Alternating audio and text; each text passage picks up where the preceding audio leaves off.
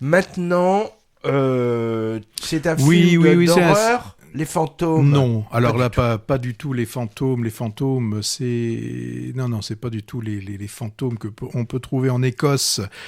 Ce sont... je vais vous le dire. Hein. Donc, d'abord, c'est un film. Hein. C'est un film que j'ai pu voir à Cannes dans le cadre de la Semaine de la Critique. Alors, le film ne sort que le 3 juillet et ça a vraiment été, pour moi en tout cas, une très, très, très belle surprise.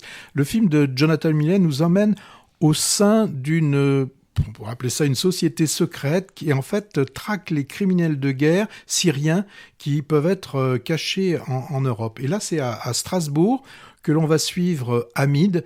Donc, on le suit dans sa quête pour... Alors, il va être là pour valider si celui qu'on soupçonne d'être un ancien tortionnaire est bien cet homme-là.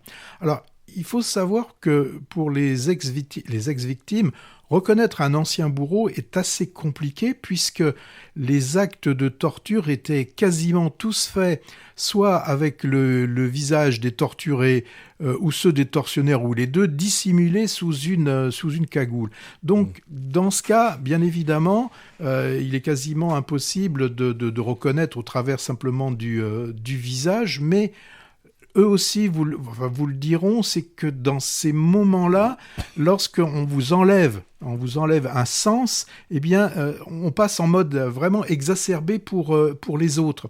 Et donc, ça peut être l'ouïe qui va permettre de reconnaître quelqu'un simplement avec sa démarche, hein, le bruit qu'il peut faire si quelqu'un il boite un petit peu, enfin, reconnaître la démarche de son tortionnaire, ou et là, ça va être le cas, reconnaître au travers d'une odeur, d'un parfum. Hein. Alors, Les Fantômes nous est présenté comme un thriller. Hein. Et moi, forcément, en voyant le film, on peut penser à cette série qu'il y avait sur Canal, le Bureau des légendes. Mais là, on est vraiment inspiré de faits réels. Alors, le film est très précis, il n'y a pas de fioriture dans le film, c'est d'une très grande efficacité, on est dans l'ordre du chirurgical. Hein. Alors c'est quelque chose qui est inspiré hein, de faits réels, puisque le film évoque un procès qui a lieu actuellement. Donc, bien sûr, quand le film a été tourné, le procès n'était pas encore en cours, mais c'était déjà prévu que le procès ait lieu.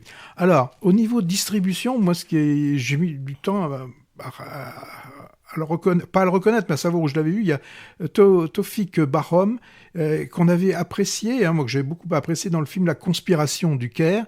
Eh bien là, c'est lui qui est soupçonné d'être le tortionnaire. Et celui qui joue Hamid, c'est Adam Bessa. Alors il est un peu comme... comment dire, on l'entendait tout à l'heure, un peu comme Delon dans Le Samouraï, c'est-à-dire que très très peu de dialogue, il a une mission et il va la faire jusqu'au bout.